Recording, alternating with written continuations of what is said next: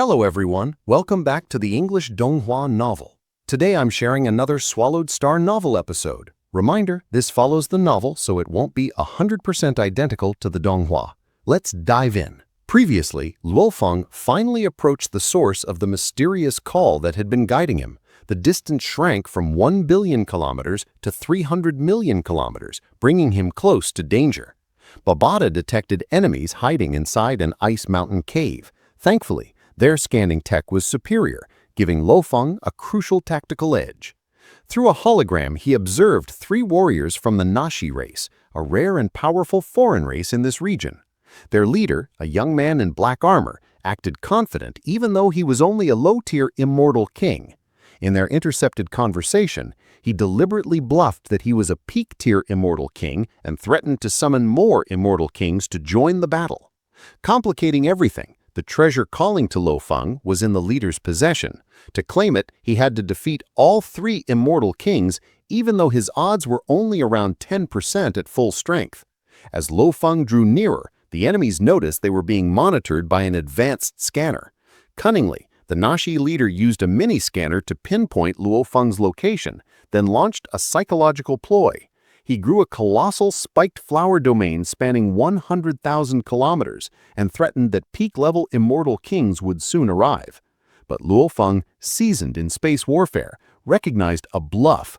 True peak-tier immortal kings wouldn't posture that way, and summoning imperial allies isn't so easy. Calm and composed, he ordered Babada to shut down the large scanner and prepared a spectacular counterattack. He eased the large scanner offline and stealthily closed in, leaving the Nashi leader anxious once he lost Luofeng's signal. Meanwhile, Luofeng contacted his friend Katuo to verify the enemy's affiliation. The Nashi were indeed aligned with the demon race and had nothing to do with the automaton race currently hunting him. That meant Luofeng could safely use his trump card, the insect army led by his sole slave Alina. 1 million tiger-armored insect kings surged from their nests, each controlling a deadly energy orb. One shot was nothing to an immortal, but 1 million in unison could threaten even a peak-tier immortal king. With perfect coordination between Luofeng and Alina, millions of blazing orbs streaked across the sky like a meteor shower, converging at the Nashi leader's position.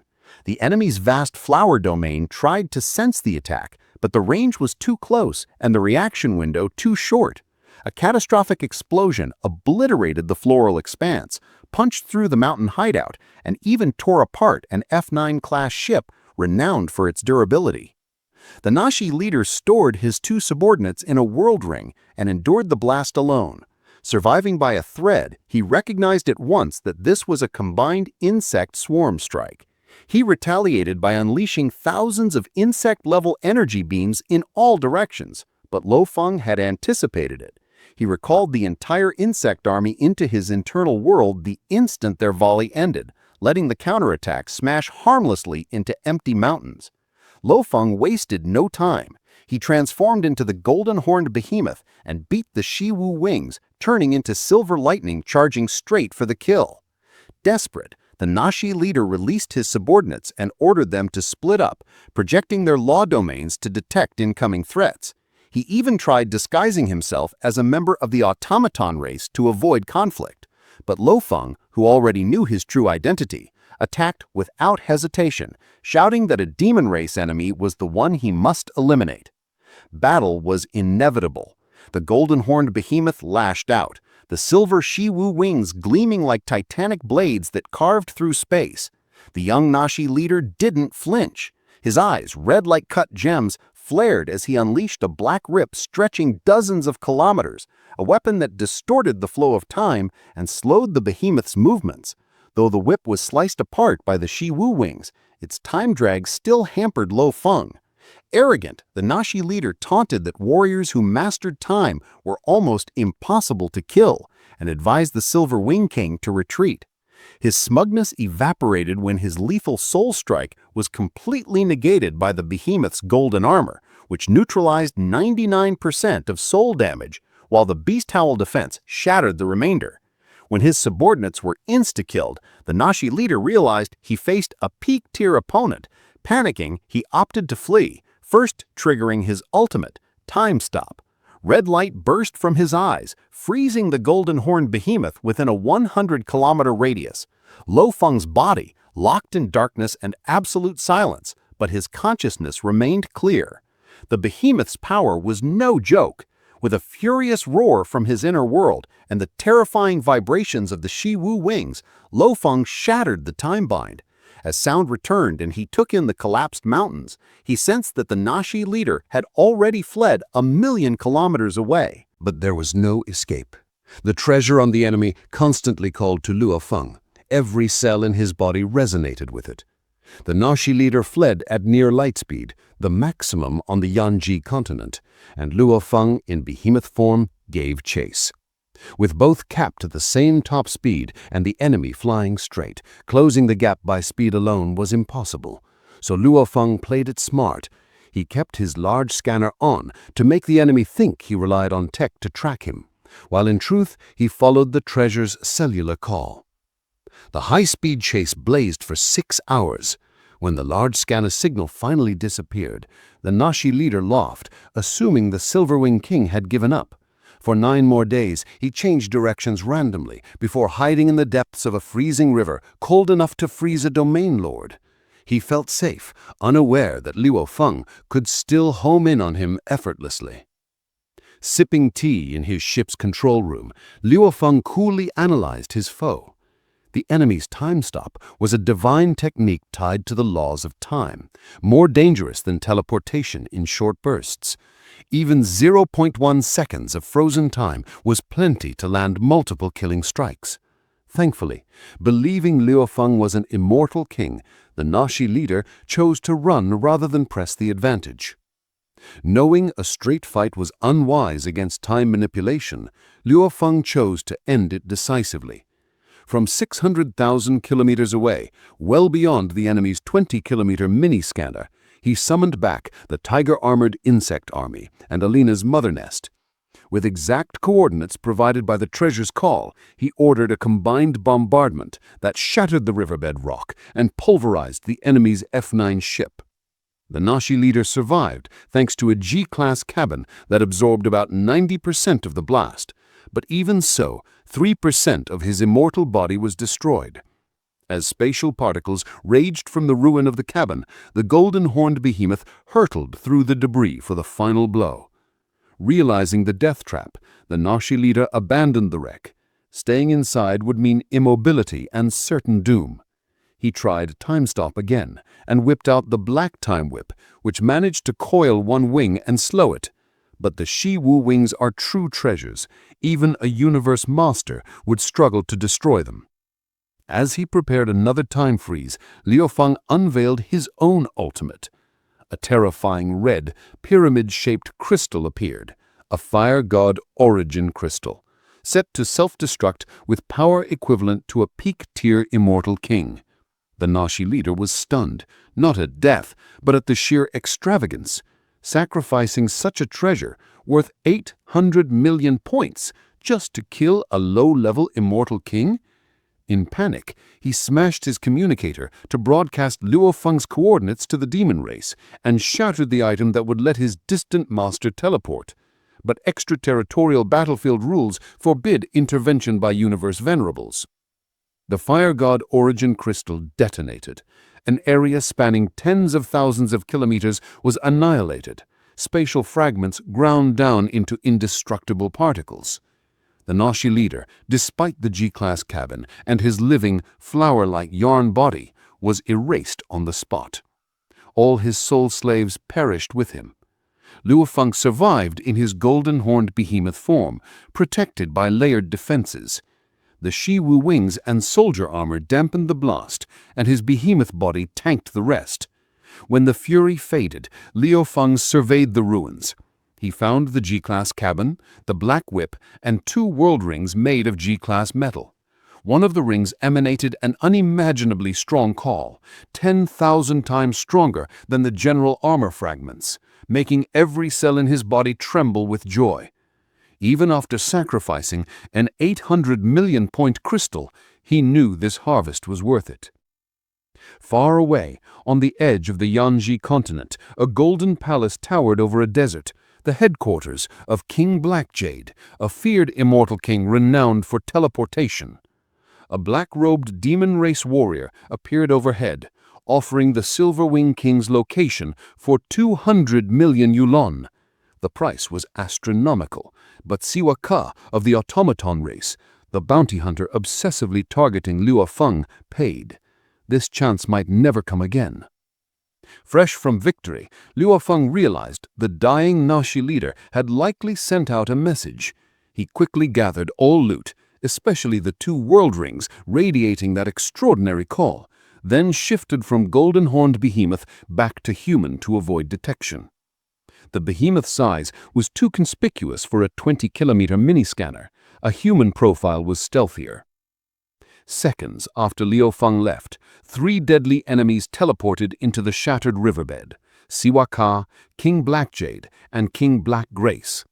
They deployed large scanners, searching for any trace of the Silverwing King, but found nothing. Luo Feng had already shut his large scanner down and was flying extremely slowly to avoid suspicion. Black Grace warned that even 30 seconds was enough time for the Silverwing King to swap to a much more advanced mini-scanner. Seeing through the ruse, King Blackjade used his ultimate, the 9 Absolute God Country. 6 pyramid-shaped ships floated into formation, creating a hexagonal prison 100 million kilometers across. This automaton race tech, born from Universe Venerable's research, could scan vast areas with a domain stronger than Thunder Hell and fire countless laser beams that pierced mountains, land, and riverbeds tens of millions of kilometers deep. Luo Feng, flying slow to stay hidden, was caught inside this super scanner's net, his greatest challenge yet. The exhaustive search, which devoured terrifying amounts of energy, flagged 82 suspicious targets scattered across the area. Siwa Ka and King Blackjade teleported from point to point. 62 shipwrecks, 9 weapon fragments, 10 immortal corpse pieces, and 1 ancient world ring. Siwa Ka smashed the ancient ring, hoping to catch the Silverwing King hidden within, but it turned out to be a relic from a war 100 million years ago. Frustration mounted. King Blackjade coolly laid out 3 possibilities. 1. The target was deep within a spatial fissure. Chance, 1%. 2. The target remained inside, but evaded detection through superior tech. Chance, 20%. 3. The target had already escaped. Highest probability. He suspected the Silverwing King might have mastered teleportation or received teleport aid from a human base, as before. Unwilling to accept it, Siwa Ka ordered the hexagonal prison to maximum power, obliterating the entire 100 million kilometer area. Rivers, mountains, and land were reduced to dust by an attack comparable to a peak Immortal King's self-destruction, burning through tens of millions of units of Hongyan energy just to guarantee a kill. Hidden among the wreckage as an ordinary rock, Luo Feng used the Moshe race's perfect body transformation. Even he was shocked by such extravagant overkill. Siwa Ka, increasingly unhinged, summoned the Death Spirit King, a terrifying peak-tier immortal king with thousands of eyes and lethal soul might. At the brink of disaster, ripples of teleportation appeared. King Star Fantasy of the human race arrived to save Luo Feng. King Black Grace instantly activated a 30 million kilometer spatial lockdown, sealing teleportation. Luo Feng transformed back into the Golden Horn Behemoth, grabbed King Star Fantasy, and blasted forward at astonishing speed. Though slowed by the prison's countless laser beams, the chase plunged into a spatial fissure, where chaos currents shredded speed and stability. This was where Luo Feng's miracle shone. With the Shiwu wings, he manipulated spatial energy like a fish in water, moving freely where others struggled. His speed stunned the enemy Immortal Kings. He slipped beyond the lockdown's edge, teleported together with King Star Fantasy, and vanished, leaving Siwa Ka howling as his prey escaped a second time. The automaton race acknowledged reality. With the Silverwing King's power and allies, they currently had no way to kill him. Siwa Ka regretted hesitating to unleash the 9 absolute god countries' full might, each seal costing 1 billion yulon. But the cost made him balk, and an insect swarm attack had even destroyed one of his ships, wrecking the plan. He compensated the Death Spirit King and King Black Jade with roughly 200 million yuan each.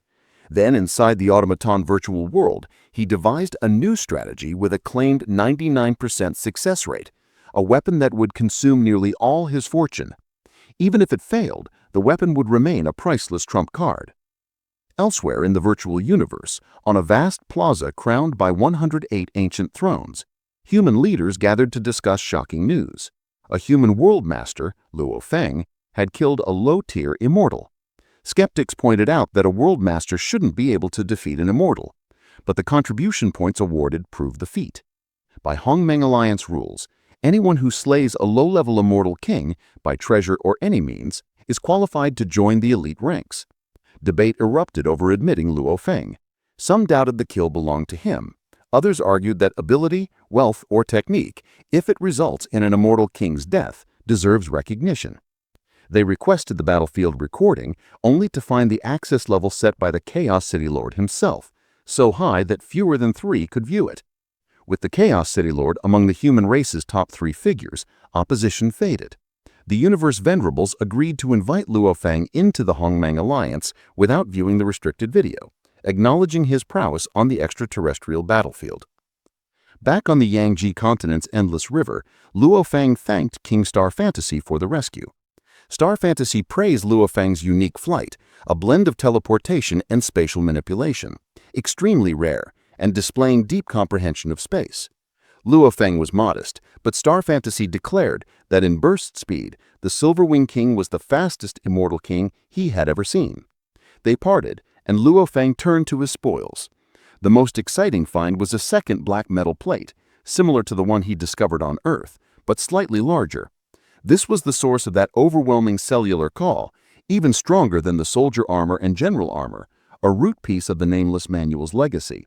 When Luo Feng probed it with his soul, an illusion took him, revealing Mother's Light inscribed with the 2nd and 5th volumes, matching the lineage of his earth metal plate which contained the 1st. Of the 9 total volumes, he now held the 1st, 2nd, and 5th.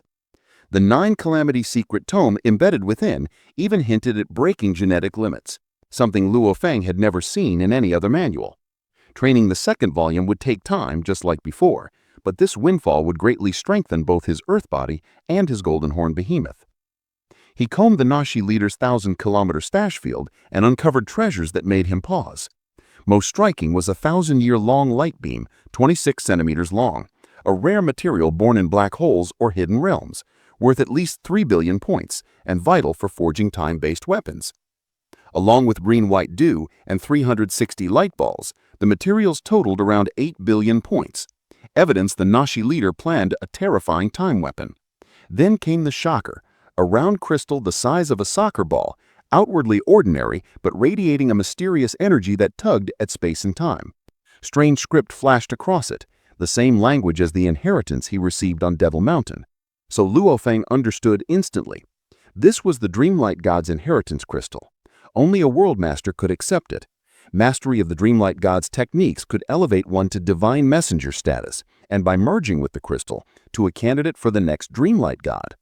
In the vast universe, there is only one Dreamlight God at any time, and this inheritance appears once every 10,081 eras. The crystal before Luo Feng had been used 82 eras ago. It would be roughly 100 million years before the next cycle. As priceless as it was, Luo Feng couldn't use it. His path was the Beast God, gold and space laws, not time. He decided to consult his master and flew to the Chaos City Lord's palace on Thunder Island in the virtual universe. Hearing about the Dreamlight God's inheritance crystal, the Chaos City Lord was unsurprised. The Hongmeng Alliance had collected more than 8,000 inheritance crystals in total, but only one for the Dreamlight God. That's how rare Luo Feng's find truly was. So what awaits Luo Feng next? Thanks for watching till the end. If you enjoyed this episode, don't forget to like, subscribe, and drop a comment. Your support keeps these novel episodes coming.